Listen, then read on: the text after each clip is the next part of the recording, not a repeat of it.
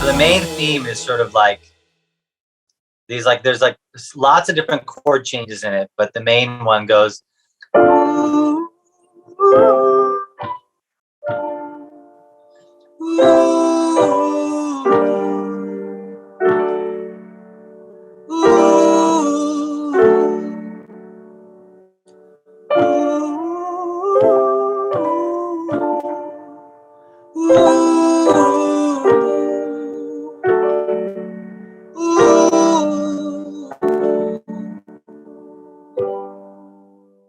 So that was sort of what I came up with.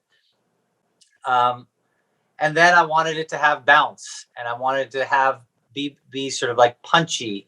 And I remember one of the producers said to me at one point, like, you know, and then there were versions of that was like,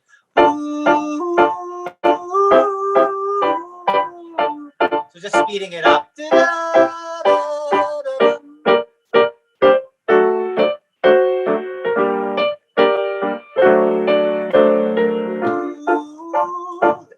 That's what you hear on the main title.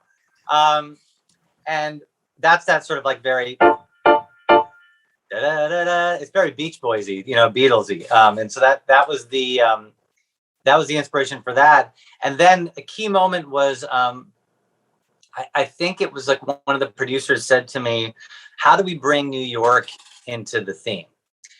And so for me, when I think of New York, you know, like I grew up in New Jersey and I went to New York a bunch. My wife lived in New York.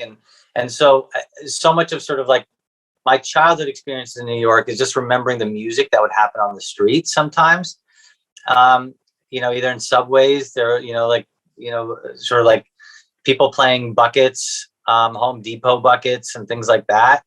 And so a drummer friend of mine, James, who plays with like the National and he plays with Sufjan Stevens, like super cool drummer.